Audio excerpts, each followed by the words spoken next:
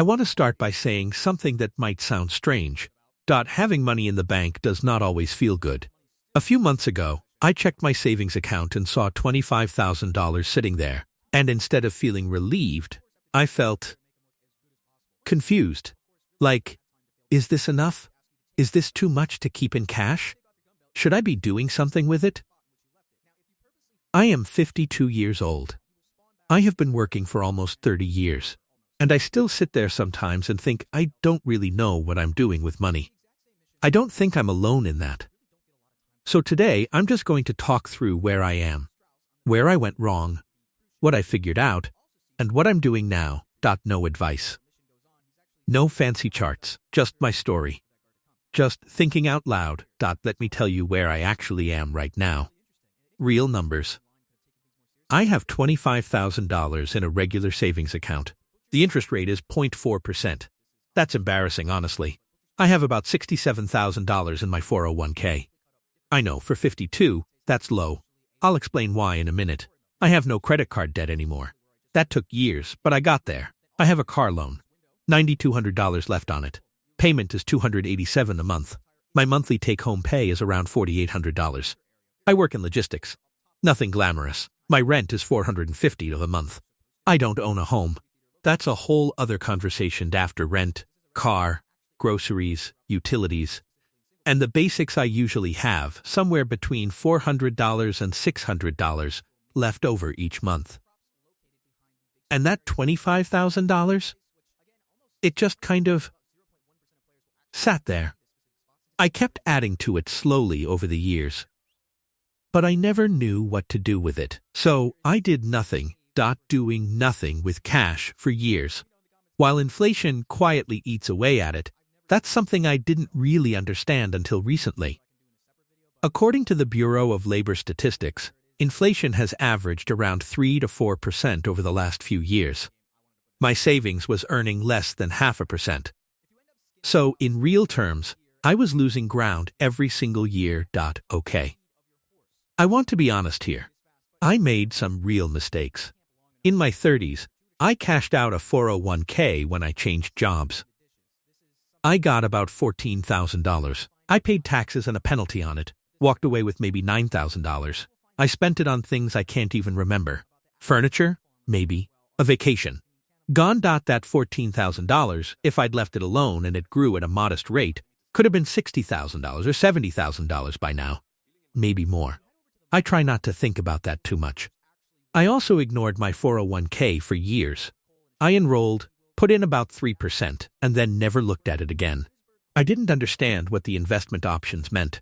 So, I just picked the default one and forgot about it. For about 4 years in my 40s, I carried around $11,000 in credit card debt. The interest rate was 22%. I was paying almost $200 a month just in interest. Not paying down the balance. Just feeding the interest. I knew it was bad. But I kept telling myself I'd deal with it later. Later came eventually. It took 3 years of serious discipline to pay it off. 3 years. And the last mistake, the one that's hardest to say, is that I compared myself to people around me. A coworker bought a house. A friend refinished his basement. My sister went on a trip to Italy. I felt behind. So I spent money I didn't have to feel like I was keeping up. None of those people knew my finances. I didn't know theirs. I was just watching the surface and reacting to it.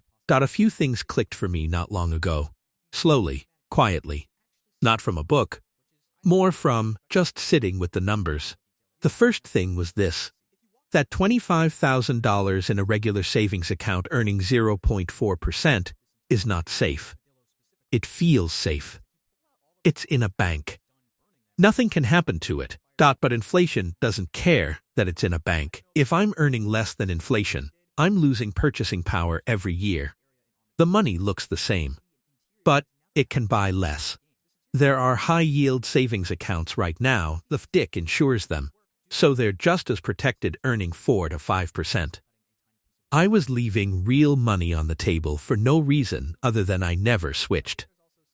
The second thing I realized is that I don't need to have a perfect plan. I just need a simple one that I can actually follow. I used to avoid making financial decisions. because I was afraid of making the wrong one. So I'd do nothing. And doing nothing for years turned out to be the wrong decision anyway. The third thing, and this one took a while to accept, is that I'm not starting over. I'm not 25. I'm 52. That means I have maybe 10 to 15 years of serious earning left. That's not nothing. It's actually enough to make a real difference if I stop wasting time. And the last thing, retirement is not some abstract future thing anymore. It's about 13 years away for me, if I plan to stop at 65. That used to sound far. It does not sound far anymore. So here's what I decided to do. I want to be clear, this is just what made sense for me. I'm not saying anyone else should do this. I'm not a financial advisor. I'm just a person who got tired of being confused. Step 1.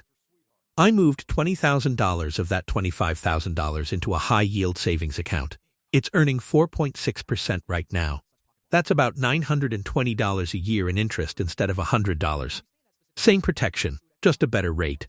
The FFDIC covers up to $250,000 per depositor, so it's not like I'm taking on risk. I kept $5,000 in my regular bank account as a buffer for everyday surprises. Car repair, medical bill, that kind of thing. The Consumer Financial Protection Bureau suggests having 3 to 6 months of expenses accessible. For me, that's roughly $12,000 to $15,000 total. So I'm a little light on true emergency funds. That's something I'm still working on. Step 2. I increased my 401k contribution. I was putting in 4%. I bumped it up to 8%. My employer matches up to 5%, so I was leaving free money on the table before.